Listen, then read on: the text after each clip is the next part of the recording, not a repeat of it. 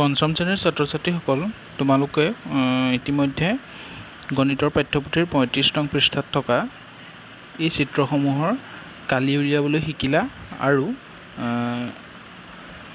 বিভিন্ন ধৰণৰ আয়ত বৰ্গ ইত্যাদিৰো কালি উলিয়াবলৈ ইতিমধ্যে শিকিলা। আজি আমি চাওঁ, আমি যে কৈছিলোঁ যে এই আকৃতিবিলাকৰ কালি লিখোঁতে আমি কি লিখিছিলোঁ, বৰ্গ চেণ্টিমিটাৰ, হয়নে? এতিয়া সেই বৰ্গ চেণ্টিমিটাৰনো আমি কেতিয়া লিখোঁ আৰু সেই বৰ্গ চেণ্টিমিটাৰৰ সলনি আমি মিটাৰ, বৰ্গ মিটাৰ বা বৰ্গ কিলোমিটাৰ সেইবিলাক লিখোঁ নেকি, সেই বিষয়ে আমি আজি কথা পাতিম। এতিয়া তোমালোকে যদি চোৱা, তোমালোকৰ ৰুমালখন, তোমালোকে হাতত লোৱা ৰুমালখন আৰু তোমালোকৰ বিদ্যালয়ৰ খেলপথাৰখন, সেই দুইটা বস্তুৰ মাজত কিছুমান পাৰ্থক্য আছে, হয়নে? ৰুমালখন হৈছে সৰু আৰু খেলপথাৰখন হৈছে ডাঙৰ। ঠিক তেনেধৰণে তোমালোকে খেলা লুডুখন, তোমালোকে যে লুডু খেলা সেইখন আৰু তোমালোকৰ যিটো শ্ৰেণীকোঠা আছে, শ্ৰেণীকোঠাৰ মজিয়াখন, সেই দুইটা বস্তুৰ আকাৰৰ পাৰ্থক্য আছে, হয়নে? আৰু তোমালোকে ইতিমধ্যে সেই এককবিলাকৰ বিষয়ে গম পাইছিলা, যেনে চেণ্টিমিটাৰ, মিটাৰ, হয়নে, কিলোমিটাৰ, সেইবিলাক। তোমালোকে এই দূৰত্ব যেতিয়া জুখিছিলা, আমি দূৰত্ব জোখোঁতে যিকোনো এটা বস্তুৰ দূৰত্ব বা কিমান দীঘল কিমান চুটি সেইবিলাক যেতিয়া আমি জুখিছিলোঁ, তেতিয়া আমি সেইবিলাক একক ব্যৱহাৰ কৰিছিলোঁ। কি ব্যৱহাৰ কৰিছিলোঁ? চেণ্টিমিটাৰ, হয়নে, মিটাৰ, চেণ্টিমিটাৰতকৈ অলপ ডাঙৰ হৈ গ'লে মিটাৰ, হয়নে? তাৰপিছত তাতোতকৈ ডাঙৰ বস্তু জুখিব লগা হ'লে আমি কিলোমিটাৰ শব্দটো ব্যৱহাৰ কৰিছিলোঁ।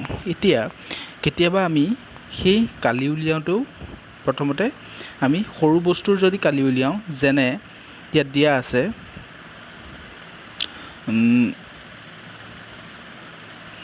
আমাৰ লুডুৰ যিবিলাক লুডুখন, হয়নে, তাৰপিছতে তোমাৰ কিতাপখন, বহীখন ইত্যাদিৰ যেতিয়া আমি কালিবিলাক উলিয়াওঁ, সেইবিলাক বস্তুৰ কালি উলিয়াওঁতে সাধাৰণতে আমি কি লিখোঁ, বৰ্গ চেণ্টিমিটাৰ। আৰু তাতোতকৈ যদি ডাঙৰ বস্তুৰ আমি কালি উলিয়াব লাগে, যেনে তোমাৰ ঘৰৰ মজিয়াখন, হয়নে, চোতালখন, খেলপথাৰখন, সেইবিলাক যেতিয়া আমি উলিয়াব লাগিব, তেতিয়া আমি কি ব্যৱহাৰ কৰিম, বৰ্গ মিটাৰ, হয়নে, বৰ্গ মিটাৰ। তোমালোকৰ ইয়াত লিখাও আছে, তোমালোকৰ এইখিনিতে সেইখিনি কথা লিখা আছে। তাৰপিছত তাতোতকৈও যদি ডাঙৰ আমি কিছুমান বস্তুৰ কালি উলিয়াব লাগে, যেনে তোমালোকৰ ঘৰৰ পৰা বিদ্যালয়লৈ দূৰত্ব, এনেকুৱা ধৰণৰ দূৰত্ব উলিয়াবলৈ হ'লে আমি কি ব্যৱহাৰ কৰোঁ, কিলোমিটাৰ, হয়নে? বা তোমালোকৰ খেতি কৰা মাটিডৰা বা পথাৰখন বা যিকোনো এখন জিলাৰ মাটিকালি, হয়নে, ৰাজ্যৰ মাটিকালি, এইবিলাক যেতিয়া আমি জোখোঁ, তেতিয়া আমি কি ব্যৱহাৰ কৰোঁ, বৰ্গ কিলোমিটাৰ, হয়নে? তোমালোকে পৰিৱেশৰ পাঠ্যপুথিত যেতিয়া পঢ়িবা, তেতিয়া ৰাজ্যৰ বিষয়ে, জিলাৰ বিষয়ে, তেতিয়া তাত তোমালোকে সেইবিলাকৰ মাটিকালিবিলাক যেতিয়া পাবা, কিমান মাটি আছে জিলাখনত, তেতিয়া তাত তোমালোকে দেখিবলৈ পাবা, তাত আমি বৰ্গ কিলোমিটাৰ ব্যৱহাৰ কৰোঁ। কাৰণ যিটো আমাক জুখিবলৈ দিছে, সেই অঞ্চলটো এটা বৃহৎ অঞ্চল, ডাঙৰ অঞ্চল, হয়নে?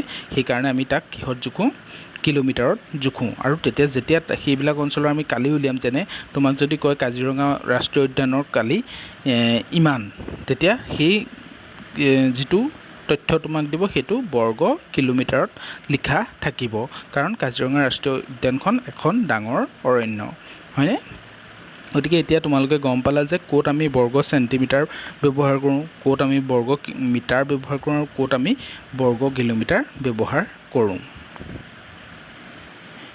এতিয়া তোমালোকে যদি মই কোৱা কথাখিনি বুজি পাইছা, তেন্তে তোমালোকে এই প্ৰশ্নখিনিও কৰিব পাৰিবা।